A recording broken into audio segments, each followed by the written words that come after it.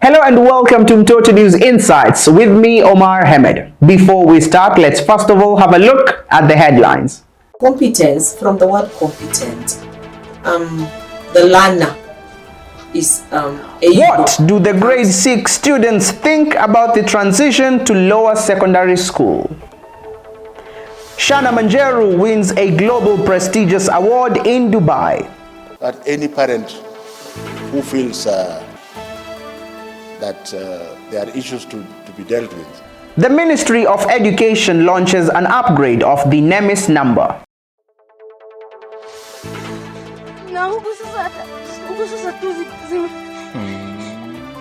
And on our discussion this week, we discuss the issue of corporal punishment in schools.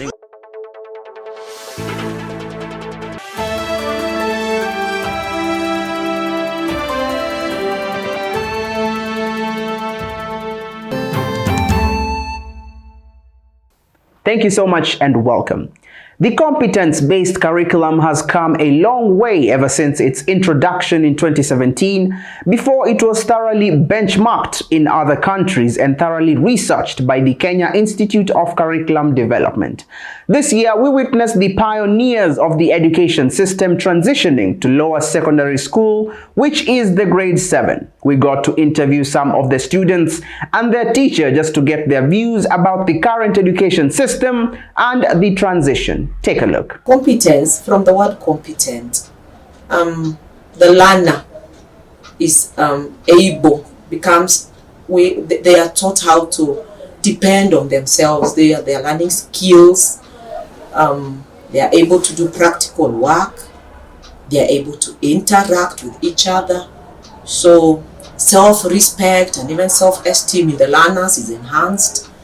Learners are also able to do hands-on learning. That is, as you teach a skill, they are able to put it into practice, both at school and at home and even in the community.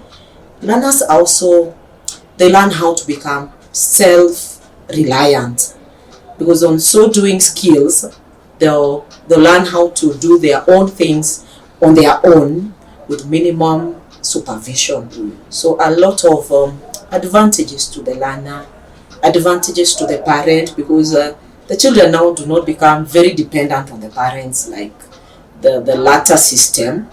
They are given work to go and do at home and involve the parent. So the parent is also involved in the learning. The child and the parent are able to learn together. You're able to learn where the problem is. You can tell how far the child has gone with a certain skill. And as a parent, you can also assist and improve on the said skill. I feel really great because now I feel I am big and I'm going to learn new things. We want to thank the government of Kenya first. It has brought books. At least the learners are able to interact with books. The ratio, as in my school as we speak, is 1:1. One book per one learner. So that's an advantage. What I would like changed, not actually changed, but the government should come in and chip in the facilities, like the practicals, the home science bit of it, because I'm a home science teacher. You find that you are supposed to teach a skill in baking. In my school, we don't have that electric oven that we would also like the learners to interact with. So those what do you call them? Teaching aids, the learning aids, the learning resources, the ones that the government can be able to provide for us. Please, I'm just urging the government to at least bring those learning aids to school. They can also facilitate on like a lesson or a subject like PHE, physical health education. There's a topic on swimming. Our school has no swimming pool at all. So what do? We only teach the theory parts. the practical part is not there. Again, being our catchment area, a lesson for swimming. I think when we organize, we learn in class, we need to do the practical bit of it. We need to take the children to a swimming pool where there is an instructor who will also help us how to execute those skills. But now you find that in our catchment area, our parents, they are not very cooperative, because we needed to pay for maybe a little coins to facilitate maybe transport to the swimming pool, and paying the instructor there, and even paying for that facility. Parents will not cooperate. So what I would like the government to do is, please, they can have those facilities come to the ground, allow us to do the competence-based curriculum to the best way we can be able to execute it. According to the 2013 Children's Rights Act, the right to education is one of the biggest needs that a child must be provided with. And with the competency-based curriculum, it seems that this is a good method after it has been benchmarked from different countries, Canada included, and researched by the Kenya Institute of Curriculum Development. We do see that the children doing hands-on activities will be able to gain quality knowledge. Omar Ahmed reporting from Mtoto News. Now on to other news. A 14-year-old Kenyan singer, Miss Shanah Manjeru, has won the prestigious Child Prodigy Award in Dubai. In 2021, Shanah Manjeru broke a record in the music industry after becoming the youngest nominee of the AFRIMA Music Awards, and this year she was among the 300 youth that feted in Dubai at the Global Child Prodigy Awards 2022 for outstanding performance in music. Take a look. This August, Kenyan media was rocked to its knees by 14-year-old gospel artist musician Shanah Manjeru. This is after she received the Global Child Prodigy Award after releasing her new hit song, I Am Not Ashamed. This, although, is not the first award she's received after receiving the AFRIMA Awards just last year, 2021, after releasing her other hit song, God Will Make a Way. Shanah Manjeru continues to become an inspiration to many children in Kenya, around Africa, and even in the world. Reporting from Mtoto News Insights, I am Brian King. Congratulations, Shana. Now on to matters of education. The outgoing Cabinet Secretary, Professor George Magoha, on Monday, August 22, launched the upgrade version of the National Education Management Information System, NEMIS, that will allow seamless navigation. According to the CS, the system has been redesigned to accommodate parents, teachers, and school directors.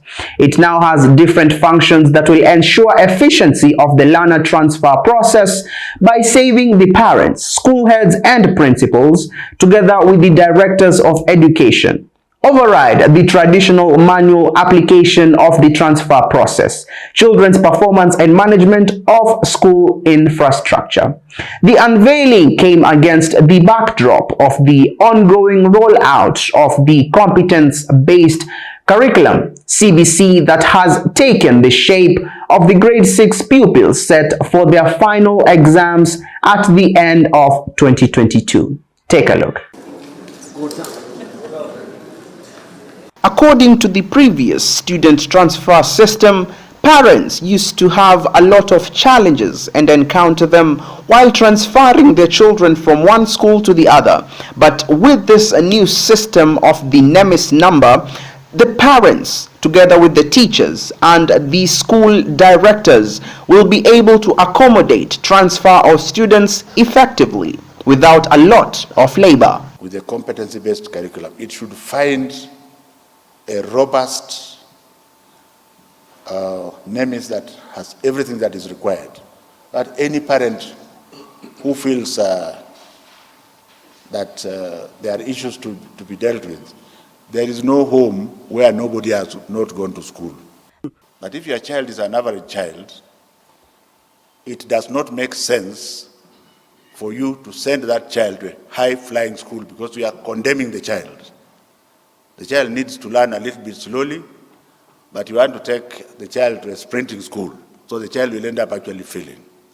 So this is extremely important, and more so with the advent of the CBC curriculum. I want to charge the incoming government to to focus on this, because both of them, whoever takes over, they have given promises which are very difficult, which require money to be saved.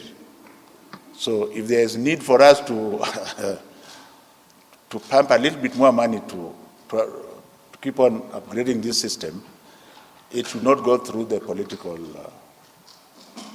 systems which take too many other things into account. And that story takes us to our first break here at Mtoto News Insights. But don't go too far, we still have that discussion about corporal punishment following the video of the boy who was beaten by teachers in school because of not attaining 400 marks. We will be having the presence of the child advocates as we discuss this sad issue. Stay tuned. Na huku sasa tu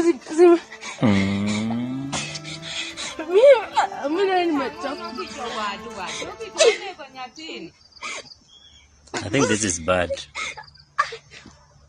I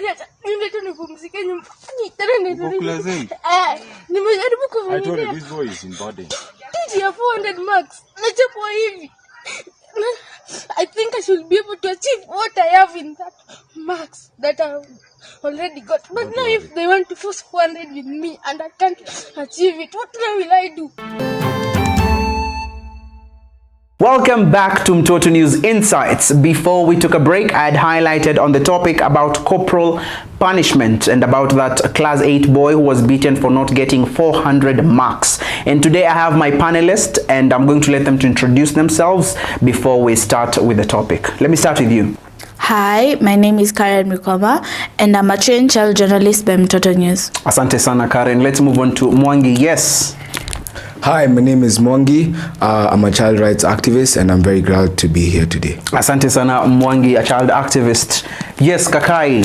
Thank you, Omar. My name is Doreen Kakai, Deputy Chairperson of Kibra, Kenya Children's Assembly here in Kibra, and also trained journalist in Mtoto News. Thank you so much. A member of the KCA, Kenya Children's Assembly. Asante sana. Let me start with you, Kakai. Now, there was this video that was going around for this class 8 boy who was beaten thoroughly by the teachers because of not attaining 400 marks. Okay. But the child did not have terrible marks, but still the teachers were insisting that the child should get 400 marks. So do you think it's necessary for children to be beaten by teachers so that they can attain academic excellence? To me, first, that's a big no, because if a child fails, it's actually not failing. He has put more effort in the first place to get that 400 marks, right? Mm-hmm. Then if he drops, that doesn't mean that he has just gotten the end of the world to get that 300 marks or on below 400 marks, right? Mm-hmm. So if the teacher decided to beat the child because of lack of getting 400 and whatever, that was a big mistake. Yeah. In fact, dropping, it's just, the teacher was supposed to tell the kid, like, you dropped, but you need to improve. Need to pull up your socks, right? Yeah, so that is a big no, and in fact the government should do something about that. Yeah. Asante sana Doreen Kakai. Let me come to Mwangi. Now Mwangi, we all saw that this child was beaten by the teachers. Do you think it was necessary for the child to be beaten so that the child could attain academic excellence? For me, I don't think that's right. I think the fact is that the child did his possible best to attain the marks that he got. So I think probably what the teachers would do is really talk to him, just to really listen to him. And I mean, there is a famous quote from Barack Obama that says that failure, the most people who fail are the people who succeed, because really it's the failures that carry on that make you succeed. It's the failures that you take and really take them to the next level, and they really help you, because now you know where you messed up, and now you can really improve on that and just change that. So I really believe that probably next time when a situation like that happens where you don't achieve really your past mark, it's not a way of just let the marks not define you. Really just put out your best, do your possible best. And for me, I don't believe that was the right way to deal with such a situation. Asante sana Mwangi. Yes, Karen. a trained journalist at Mtoto News, basically one of the child advocates here. Sindio, now do you think it was right for this child to be beaten by the teachers? Personally, I did not watch the video. I did not see it. But I don't think it's right, because just because he did not obtain 400 marks doesn't mean he did not pass.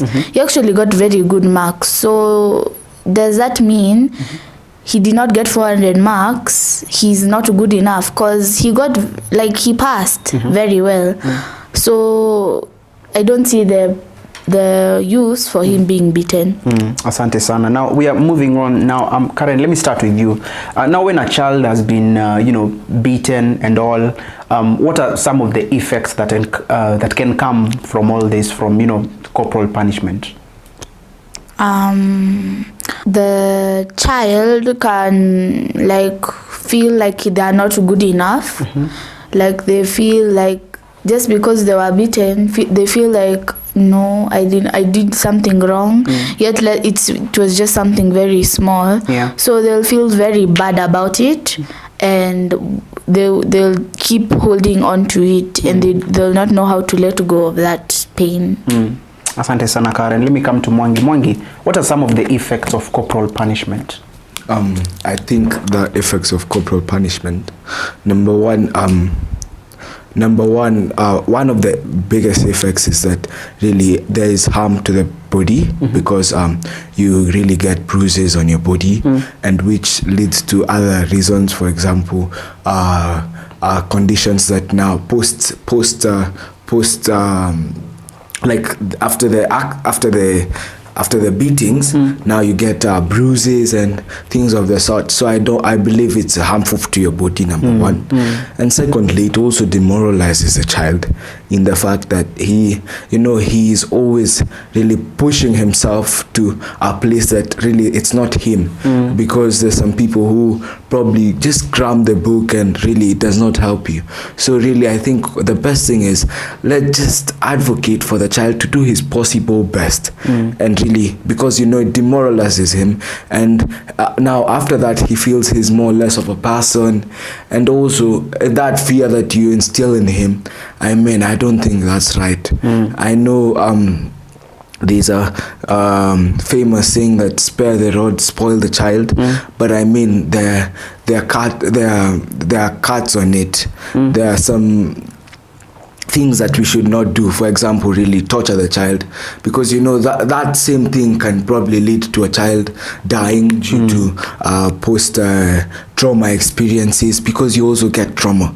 So I do believe probably that's not the right way to solve it. Asante sana, Mwangi. Thank you so much. Now let me come to you, Doreen. Now, Doreen, there's this aspect of corporal punishment in school, being beaten by the teachers. It's wrong, right? Yes. But there's also the perspective of corporal punishment at home, whereby the parents, when you do something, they discipline you.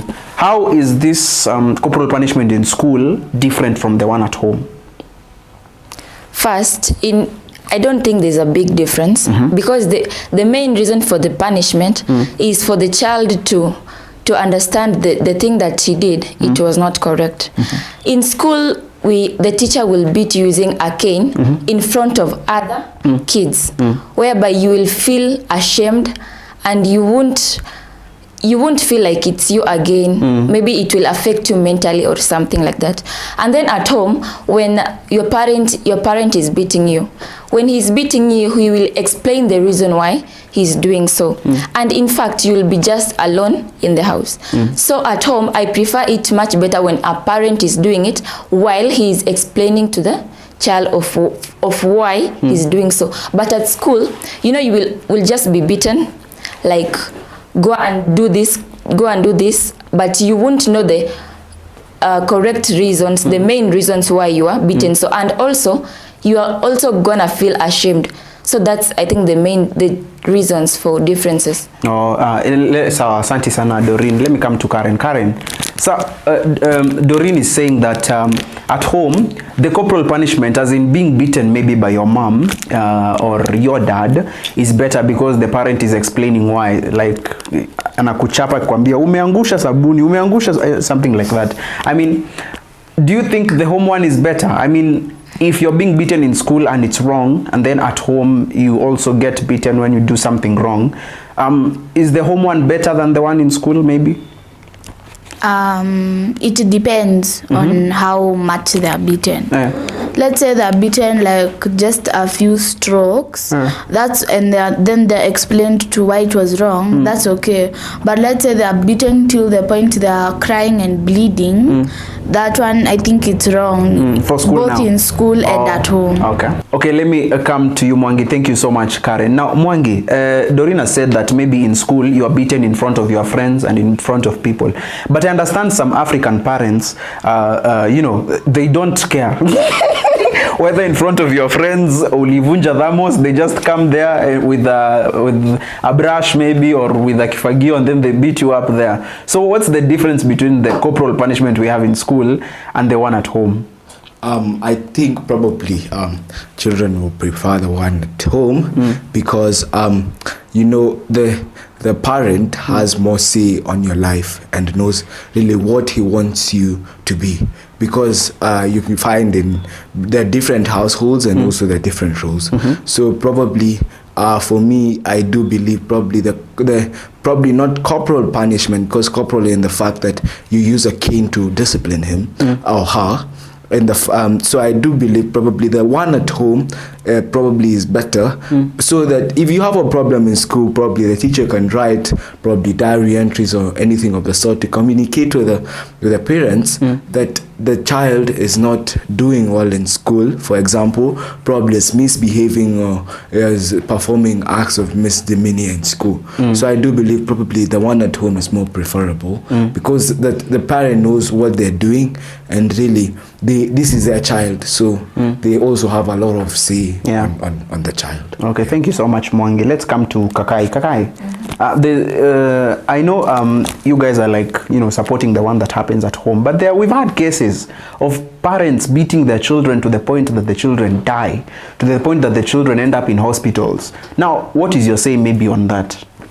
Is what I was saying, it is punishment, not corporal punishment. When you beat child to an extent that you make bruises on the body or something like that, that is corporal punishment. But there is this punishment. I know the Bible says that spare the rod, spoil the child. You can beat the child to just to correct. But this of too much beating or making damages on the body, that's not what I'm saying. So if the parents should also learn that as much as they're trying to correct us, they are also damaging us. I mean, they are also, which word can I use? They're also trying to, you know, they are not doing it in the right way. They should just make us understand our mistakes, or just even if it's punishment, it's not a must for it to be actually beating. There are types of beating punishment that you can use, but corporal punishment actually it's not allowed. Yes. Asante sana, Doreen. At this point, Doreen's point takes us to our second break here at Mtoto News Insights. But don't go too far. We are still coming back with the same discussion about corporal punishment. So stay tuned. Welcome back to Mtoto News Insights. We are continuing the conversation about corporal punishment in schools. Now, Mwangi, according to the 2010 Constitution, corporal punishment is prohibited, and the 2013 Educations Act, they removed corporal punishment in schools. So, don't teachers know it was removed, or what's happening? Yes, as Kenyans say, kwa ground ni different. So I do believe it's quite illegal for corporate punishment to happen. So I do believe probably the advice I would give the teachers and really the education sector is that probably we can have different modes of punishment. For example, we can have the naughty corner or have the... So you'd feel safe when you do something wrong, you stand in a corner? Yeah, I do believe it's better than really being bitten. Okay. Because, you know, being bitten now will lead to demoralizing the child. He would feel less of a person, and you're even embarrassing him in front of his friends. So I do believe probably the best thing we can do is really just to advise the sector to have different modes of punishment. Probably have that, or even just not give them some of the luxuries, for example, gadgets or internet. Yeah, not rights, but the luxuries. Food, yeah, that one you can give. But now the luxuries, for example, deny them luxuries such as probably don't go swimming tomorrow due to what you've done today. To also teach them not to really misbehave, but really to reflect back on really what they've done wrong and improve later on. Asante sana Mwangi. And Omar, if I may add to what he's saying. Okay. The teachers in Kenya knows that corporal punishment is prohibited, right? But they are doing that. Why? Because the government don't ask why they're doing. When they find the teacher that he has done that thing, they won't go on saying, why haven't you done so? They just leave the teacher goes like that. So if the government should also be looking forward that if a teacher does that, he's also going to face the consequences of the law. So I think that's what the government should also do to make sure the teachers don't do that. Actually, we are coming to that. Let me come to Karen Mwikoma. Now, Karen, what now can the government do to ensure that this corporal punishment is not there anymore? Because children are actually suffering, and also some of them are getting bruises in their body, like we saw for that video. What do you think government can do? The government can go and check the schools like every 1 month, or like surprisingly they can send somebody to go and check the schools to see if the teachers are obeying the law. And like if the one teacher or a group of teachers are not, they can be like terminated from their job or anything like that. Okay, thank you so much, Karen. Let me come to you now, Mwangi. Mwangi, you mentioned that you are a child advocate, right? Yes. Yeah. So now, as a child advocate, maybe what are you trying to do to ensure that this corporal punishment ends in school? Yeah, so what really we've tried is really educating people, spreading awareness in the fact that some teachers say that they don't know what they don't know, they are not aware that it is prohibited in the Constitution. So I think really what us as children advocates are doing is spreading awareness, and also now if there are any irregularities in that, now the schools now or the children and the families have the right to go and sue the schools for any misdemeanor that or any irregularities that probably the teacher or the principal has done to the kids. So I think that's what we've been trying to do. Okay. Yes. Okay. Thank you so much. Let me correct one thing. Yes, Karen, you want to correct? There's no way that the teachers would not have known about the prohibition of corporal punishment in schools, because it was announced on television, radio, and other stations. So there's no way that the teachers would have not known that corporal punishment is prohibited. Okay, that's good. So now, what you as a child advocate, what are you doing also to ensure that there's no corporal punishment in schools? That the children can, let's say one of their classmates or their friends is punished by the teacher, they can go and tell the headmaster or the head teacher of their school to about like how the classmate or friend was being beaten, yet the corporal punishment is prohibited in schools. Okay. Asante sana. Okay. You have something to add? I beg to expound and differ at the same point with Karen's point, due to the fact that, in Kenya, Kenyans really like bad news. Today, if we had a headline, 10 cabinet secretaries were sacked, and on the other headline, Eliud Kipchoge has won a cup.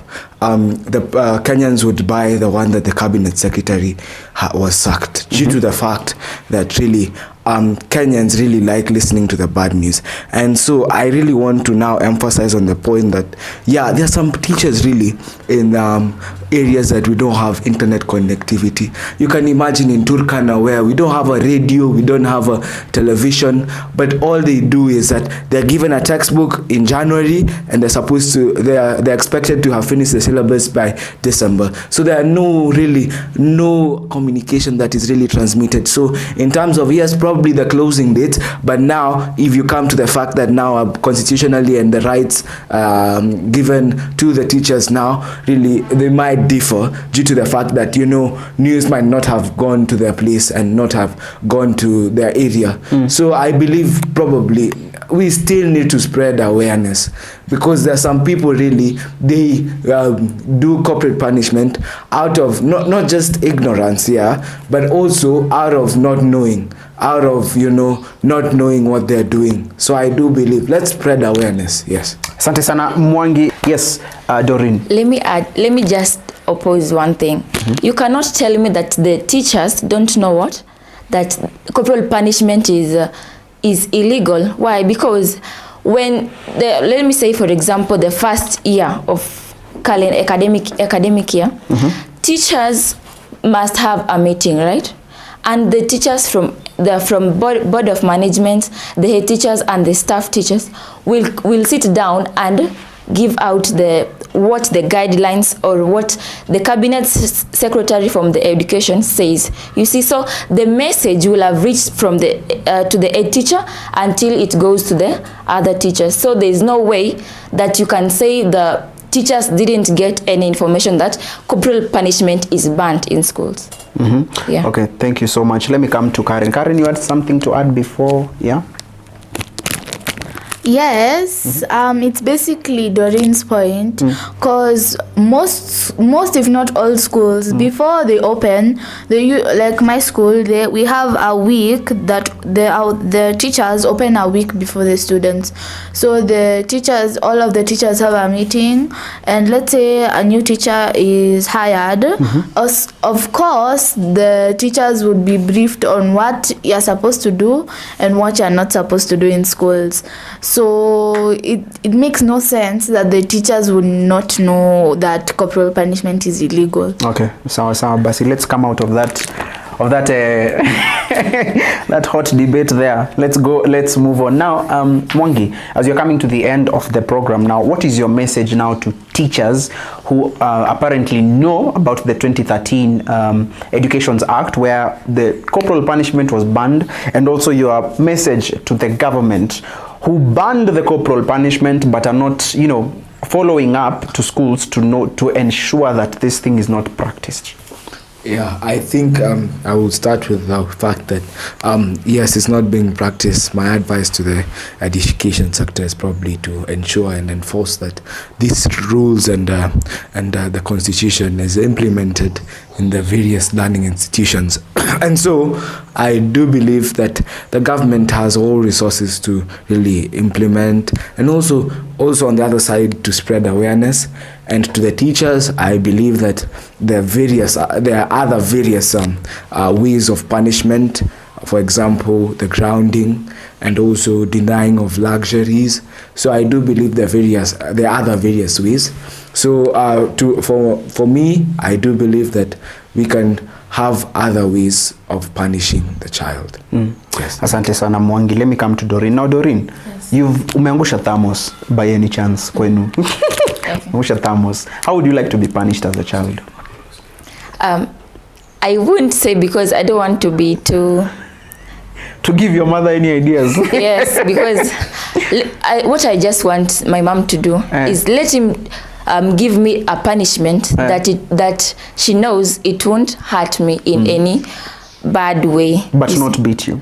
Okay, beating, it is acceptable, but not to an advanced way that I am really damaged, or those kind of bleeding and such stuff. That's what it's not actually supposed to be done. Yeah. Okay, so what is your message now to the teachers and also the government who know about this corporal punishment and they're still, it's still there?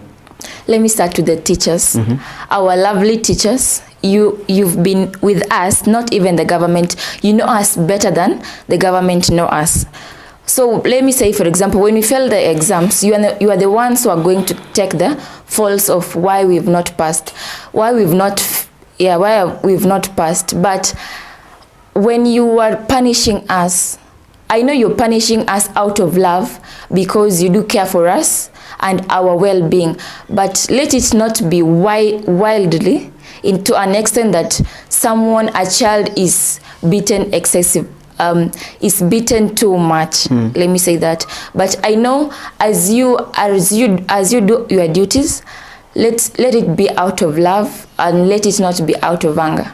To the government, I don't have anything much to say to the government because they've done a lot to the schools, to provision of materials and stuff. So to the government, just continue doing your best for the education sector.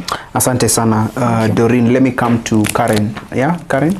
So Karen, there's the issue of, our parents, when they lived in the 1900s, they were beaten mercilessly, and they were being, as in being beaten it wasn't something considered as bad, it was actually considered as good because it is changing them. Cindy, so do you think maybe they are beating us because they were also beaten?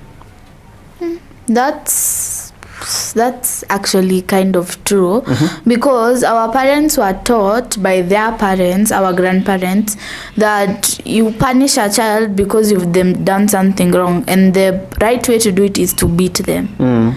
But now, because of this new generation, parents are finding new ways to punish their children. But maybe if I may ask, what is different with us? I mean, we are still the same humans. I mean, what's different with us that makes us not to undergo through corporal punishment? Yokuchapwa. Times are changing, basically. So like, let's say in the 1900s, there was no serious technology. Like, the only technology that existed were those two small kabambe phones and radios. So like, and the constitution has changed over time. So let's say before it was legal in schools to beat the children, but now it's banned.